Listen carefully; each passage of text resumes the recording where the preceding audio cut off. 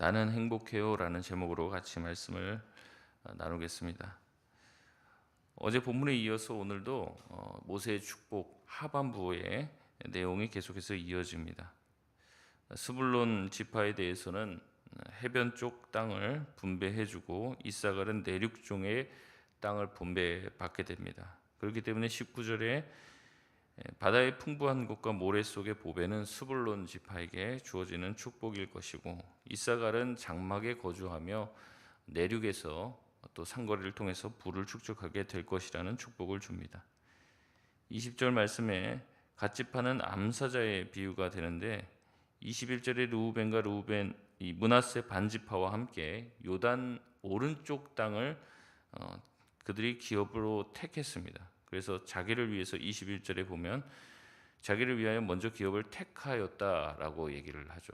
그러니까 하나님이 분배를 해준 땅이 아니라 자신들이 이제 요단 동편에 있는 땅에 거주하겠다라고 자기들이 적극적으로 선택을 합니다. 그래서 이것을 가지고 안 좋게 얘기하시는 분들도 있는데 오늘 말씀을 보면 하나님이 그것 또한 그들의 선택을 인정해 주었음을 우리가 알 수가 있는 거죠. 갓지파는 요단 오른쪽에서 여호와의 공의와 법도를 잘 지켜 행할 것이라고 축복해 줍니다. 22절의 단지파는 사자의 비유가 됩니다. 새끼 사자보다는 젊은 사자라고 번역하는 것이 옳고요. 단지파는 군사적으로 매우 용맹하게 될 것이라는 것을 축복합니다. 갓지파와 단지파는 이스라엘 전체에서 아주 용맹한 지파가 될 것이라는 축복의 말씀이죠. 23절에 납달리는 은혜가 풍성하며 서쪽과 남쪽을 차지할 것이라고 말하고 24절에 아셀에 대하여는 다른 형제보다 더 큰 복을 받고 풍요로움을 얻게 되어 기름이 차고 넘칠 것이라고 얘기합니다. 문빗장은 철과 놋이 되고 능력이 있을 것이라는 축복의 말씀을 합니다. 각 지파가 모세의 풍성한 축복의 말씀을 듣죠. 어느 지파도 소외되지 않고 왜 그런지 모르겠지만 시므온은 빠졌습니다. 근데 시므온 지파 말고는 나머지 지파는 다 풍성한 축복의 말씀을 듣게 됩니다. 그리고 나서 모세는 마지막으로 다시 한번 이스라엘 전체를 가리켜 여수룬이다라고 부르며 그들에게 하나님의 말씀을 전하는데요. 26절 말씀 우리 같이 한번 읽겠습니다. 시작. 여수룬이여 하나님 같은 이가 없도다. 그가 너를 도우시려고 하늘을 타고 궁창에서 위엄을 나타내시는도다. 아멘. 모세는 이스라엘의 애칭인 이 여수룬이라는 말을 사용하며 여수룬이여 하나님 같은 이가 없다. 하나님 같은 분이 계시지 않는다라고 말합니다. 왜 이런 말을 합니까? 하나님처럼 말 안 듣는 너희를 사랑해 주시고 지켜 주시고 보호하는 존재가 세상에 어딨냐? 너희 같은 족속들에게 땅을 주시고 가족도 주신 분, 그분이 하나님이신데 그런 분이 너희들에게 하나님 같은 존재가 또 있느냐? 이렇게 얘기하는 거예요. 하나님은 이스라엘 백성을 도우려고 하늘에서 나타나셨다라고 얘기합니다. 하나님은 이스라엘의 영원한 초소가 되시며 그들의 방패가 되시고 그들의 모든 대적들을 쫓아내실 것입니다. 그렇기 때문에 28절에 이스라엘은 안전할 것이고 그들의 소출은 넘칠 것이라고 말하는 거죠. 그렇기 때문에 하나님의 사랑, 이 전능하신 온 우주의 주인 되신 하나님의 사랑을 특별하게 받은 이스라엘은 어떤 사람들입니까? 29절의 말씀 같이 한번 읽겠습니다. 시작. 이스라엘이여 너는 행복한 사람이로다. 여호와의 구원을 너같이 얻은 백성이 누구냐? 그는 너를 돕는 방패시요 내 영광의 칼이시로다.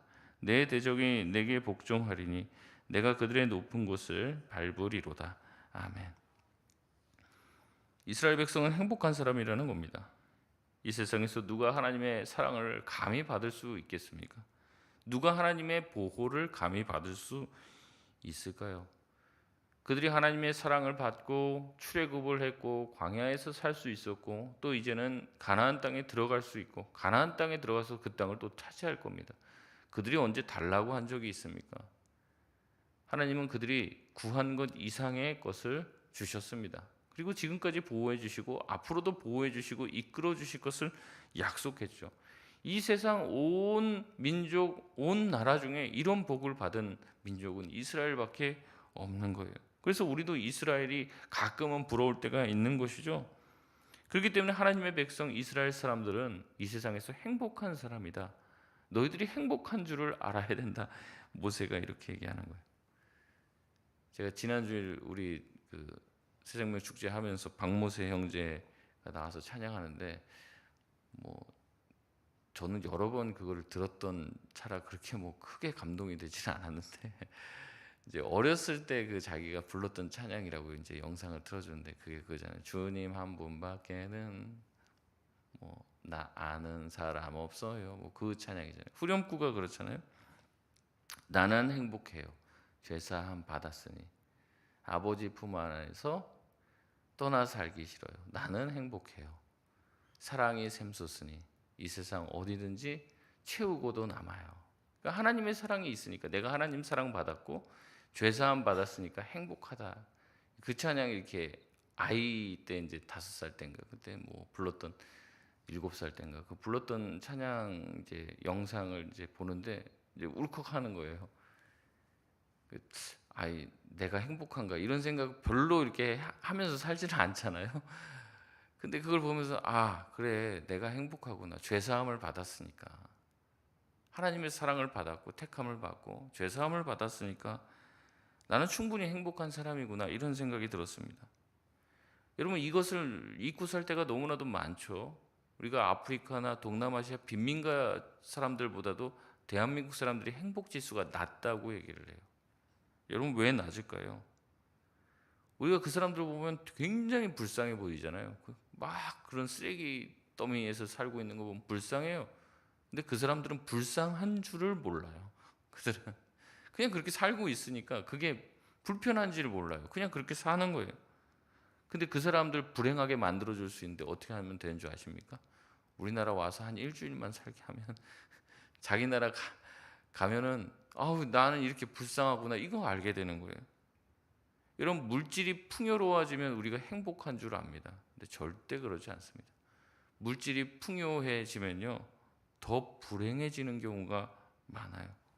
풍요로운 물질 문명을 맛보게 되면요 헤어나오지를 못한다는 거죠. 제가 이전에 말씀드렸던 것 같은데 이 두 선교사님이 한국에 와서 만나서 얘기하는데 그렇다는 거예요. 자기 자식은 이제 한 명은 아프리카 선교사님이고 한 명은 저기 캐나다 선교사님이에요. 둘이 왔는데 이제 한국에 뭐 안식년이라서 이제 여기서 1년 동안 있는데 캐나다 선교사님은 뭐라 하냐면 우리 자식은 지금 빨리 한국 탈출하고 싶다. 캐나다 가고 싶다. 여기 한국에서 사는 게 답답해 미치겠다고 막 그런다는 거예요. 근데 아프리카에서 오신 선교사님 우리 아들은 여기서 살고 싶다 그렇다고. 아프리카 가면 재미가 없으니까. 근데 한국 오면 너무 재밌는 게 많고 너무 휘황찬란한 게 많으니까. 여러분 같은 선교사님인데 왜 이렇게 다릅니까? 자기가 사는 곳이랑 여기를 비교하는 거죠. 여기를 비교하는 거예요. 그러니까 그 비교에서 행복이 나오는 거예요. 절대적인 어떤 기준을 가지고 우리가 행복을 논하는 게 아니라 우리가 자꾸 다른 사람들을 바라보면서 저 사람 나보다 더 잘 사네. 비교하면 내가 불쌍해지는 거죠. 내가 불행해지는 거예요. 어떤 사람 보면서 아 그래도 내가 저 사람보다 낫네. 그러면서 또 행복감과 우월감을 느끼게 되는데 그 모든 것들이 잘못됐다는 겁니다. 오늘 지금 모세가 왜 이런 얘기를 합니까? 지금 그들이 광야에서는 별로 본 게 없어요. 아프리카에서 사는 사람이랑 비슷한 거죠, 지금. 아프리카 광야 사막에서 사는 거예요. 이제 어디로 들어가요? 가나안 땅으로 들어가요. 이 사람들은 지금 집을 지어 본 적이 없습니다. 늘 텐트 생활하는 거예요. 텐트 치고 구름 기둥이 가면은 다 짐 싸고 빨리 가야 돼요. 그러려면 내가 가지고 있는 가재도구나 모든 짐들이 어때야 돼요? 가벼워야 되죠. 단촐해야 돼요. 뭐 이렇게 막 화려하게 쌓아놓고 살 수가 없습니다. 왜냐면 언제 떠날지는 몰라요. 언제 이동할지는 모르고. 그러니까 이동한다 그러면 바로 싹 짐 싸갖고 금방 이동하려고 하면 거의 항상 짐을 쌓아놔야 되고 텐트로 천막으로 그러고 사는 거예요. 근데 가나안 사람들은 어떻습니까? 정착민들이란 말이에요. 집을 짓고 뭐 우리도 만들 것이고 돈 많은 사람은 돌로 뭐 아름답게 집도 만들어 놓을 것이고 문화가 아주 융성할 거란 말이에요. 이 이스라엘 백성들이 가나안 땅 들어가면 눈이 돌아갑니까? 안 돌아갑니까? 눈 돌아가는 거죠. 이런 거 처음 본 거예요, 막. 그러니까 그들이 가나안 문화에 어떻게 될까요? 금방 따라가는 거예요. 금방 흡수가 되고. 가나안의 문명과 문화는 이미 고도로 발달되어 있습니다. 근데 이 사람들은 사막에서 40년 살았어요. 뭘 봤겠어요, 뭘. 모래랑 먼지밖에 본 게 없죠. 그런데 이제 가나안 땅에 들어가면 야, 우리가 진짜 뭐 없이 살았네. 이제 가면 깨닫게 되는 거예요. 그러면 이 가나안 사람들은 어떻게 이렇게 풍족하게 살까?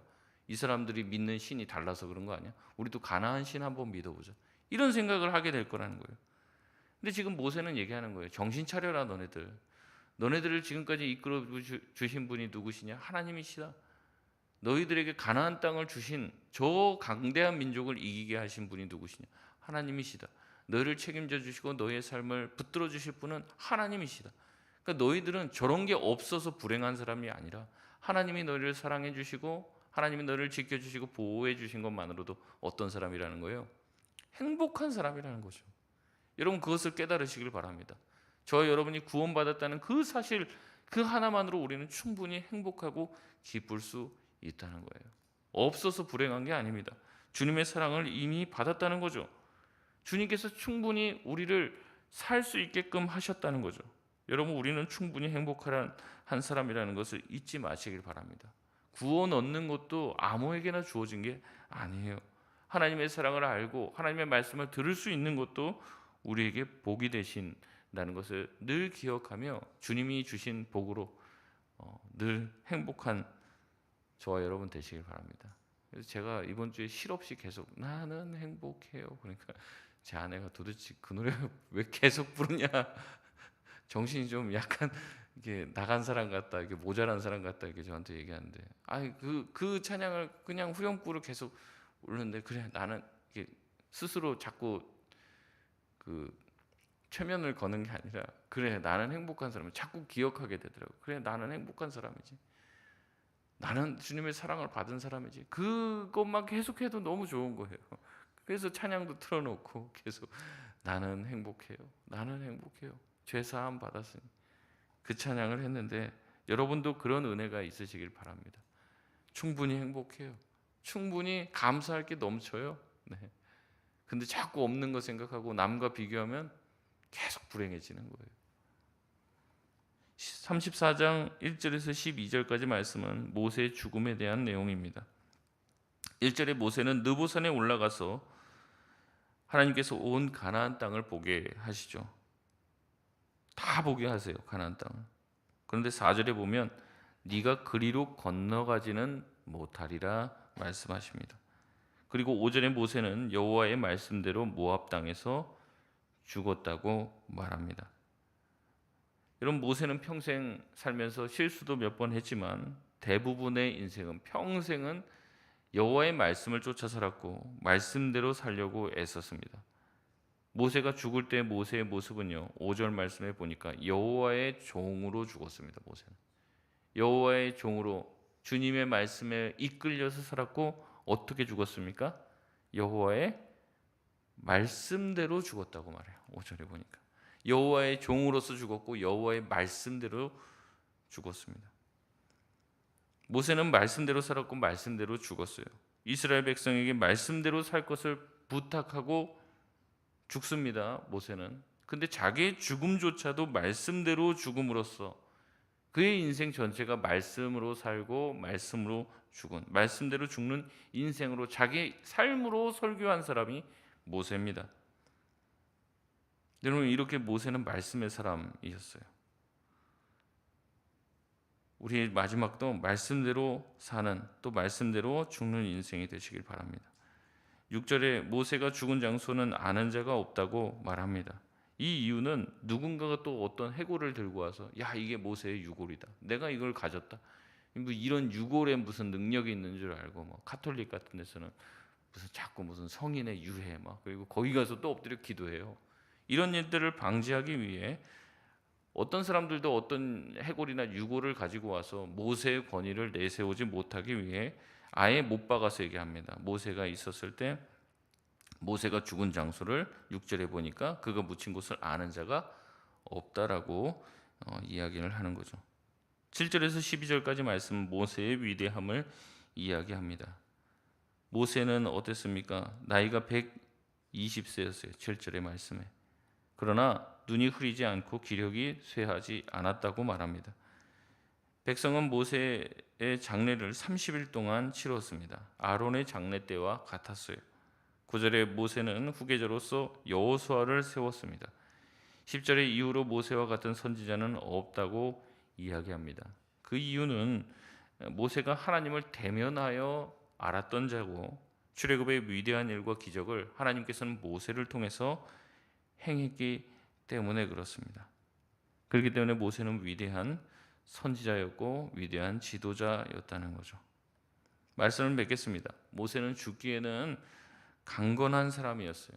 눈이 약해지지 않고 시력이 또 기력이 쇠하지도 않았습니다. 우리가 볼 때는 죽기 너무 아까운 사람이 모세였던 거죠. 그럼에도 불구하고 그는 하나님이 부르실 때의 말씀대로 죽음을 맞이했습니다. 하나님이 너는 못 들어간다고 얘기했기 때문에 못 들어가는 거예요. 그리고 거기서 죽을 것이라고 얘기했으니까 그대로 된 거예요. 그 말씀에 순종하여 살고 말씀에 순종하여 죽었던 자가 바로 모세라는 거죠. 예수님도 마찬가지입니다. 예수님 또한 말씀대로 이 땅에 오셨고 말씀대로 십자가에 죽으셨습니다. 예수님께서 우리에게서 바라는 것도 그것입니다. 우리의 건강만큼 사는 게 아니에요. 건강만큼. 건강이 쇠하여 죽는 게 아닙니다. 건강을 다 소모하니까 죽는 게 아니라는 거죠. 우리 또한 말씀대로 살고 말씀대로 죽는 인생이 바로 그리스도인의 인생인 줄 믿습니다. 우리에게 맡겨주신 사명이 있어요. 그 사명이 끝나는 날 주님이 우리를 부르실 것입니다. 내가 기력이 아직도 세운데 기력이 이렇게 있는데 내가 벌써 가요? 벌써 은퇴해요? 벌써 그만둬야 돼요? 그게 아니라는 거죠. 말씀대로 하는 것이고 말씀이 멈추라고 하면 멈추는 겁니다. 말씀이 가라고 하면 가는 거고. 우리가 이제 말씀대로 이렇게 해야 된다라고 해도 안 하려고 핑계 대는 게 많잖아요. 뭐 이래서 안 되고 저래서 안 되고. 죽을 때도 그래요. 뭐 주님이 부르시면 가야 되는데도 어떻게 될 수 있는 한 뭐 안 죽으려고 하고 이런 모습도 이제 옳지 않은 거죠. 하나님이 살라고 하실 때는 그대로 사는 겁니다. 주님이 부르실 때는 그대로 가는 것이죠. 그러면서 말씀대로 살고 말씀대로 죽는 것이 우리의 인생이 되시길 바라요. 주님의 말씀이 가라 하시면 가고 멈추라고 하시면 멈출 수 있는 것. 오늘 하루 우리에게 생명을 주신 이유가 있습니다. 그것은 사명을 감당하라고 우리를 살려 놓으신 것이죠. 우리가 이 땅에서의 모든 수고를 다 마치게 된 날 주님이 부르실 겁니다. 그러니까 나 이제 그만 살고 싶다 이런 생각 하실 필요도 없어요. 더 살고 싶다 그런 생각 하실 필요도 없습니다. 주님이 부르시는 그날 가면 됩니다. 그리고 주님이 살려주시면 뭐예요? 주님께 충성하고 주님 말씀대로 살면 그만인 거예요. 더 살라고 애쓸 필요도 없고 덜 살려고 또 길을 쓸 필요도 없습니다. 모세의 모습을 보면 우리가 알 수 있다는 거죠. 시작보다 끝이 더 아름다워야 합니다. 모세는 시작할 때는 좀 어려움도 많았어요. 시작할 때는 또 뭐 어떻게 보면은 뭐 사람도 죽이고 실수도 많이 했어요. 그러나 하나님이 부르실 때 그 부르심에 응답했고 그리고 말씀대로 새로운 삶을 살기 시작하여 이제는 인생의 마지막을 말씀대로 마쳤습니다. 저희 여러분도 그런 인생이 되시길 주의 이름으로 축복드립니다. 우리 이 시간